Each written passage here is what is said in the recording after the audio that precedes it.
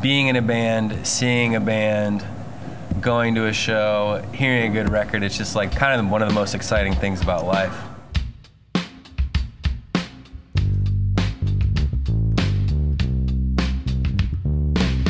Home of the world-famous Jacobs School of Music, Bloomington, Indiana contains one of the most diverse and unique music scenes in the country. Several musicians and bands that have come out of Bloomington have achieved national and international success. So what all does Bloomington have to offer? You got the traditional bands playing, the guitars and bass, but then you have other groups, a lot of them from the Jacobs School, who have incorporated jazz elements and instruments into their music. It seems like any kind of music you would want to get into, there's people doing it, lots of good rock and roll bands, the DIY punk scene, the folk punk scene is also another presence in Bloomington. It has the biggest and best music scene, like by far, even bigger than Indianapolis. The Indianapolis music scene actually kind of sucks. It's never been anything like Seattle was in the 90s, or like in LA or New York or something like that, or even like in Austin, but it's always had a thriving local music scene, and I think now is a great time. There's a lot of bands who are based in Bloomington who tour nationally. Murder by Death is a great band that I really like, who are getting very well known nationally, and there's a bunch of bands like that who are really good and who have a national reputation, at least underground. Despite the success of some Bloomington musicians, the city itself has never broken out on a national level.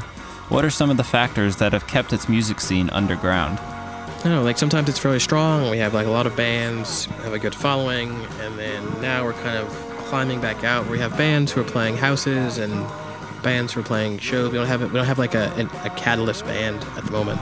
It's a kind of an isolated place, so people don't necessarily get out of town a whole lot. But as far as regular local music, I don't know the School of Jacobs is really interested in doing anything with them. They seem very focused on recital music, and I don't know if any of those musicians are forming bands. If they are, they're not trying to play at houses, they're not trying to play at the Bishop. But just like not a lot of bands who are rising above a house show level right now, so it's hard to tell because no one's doing anything that's visible. Most of the bands, for one reason or another, just kind of ran their cycles. I would say that local bands in this town seem to have a window. So, I mean, what's popular now is once they turn of age, they move away, their fans move away, and kind of finding the next of the moment band. Despite the quality of the music scene in Bloomington, many bands have trouble finding gigs in town due to a limited number of venues and age restrictions in bars. Bloomington is actually the hardest town in Indiana to play. However, a growing house show scene is giving bands an outlet through which to share their music.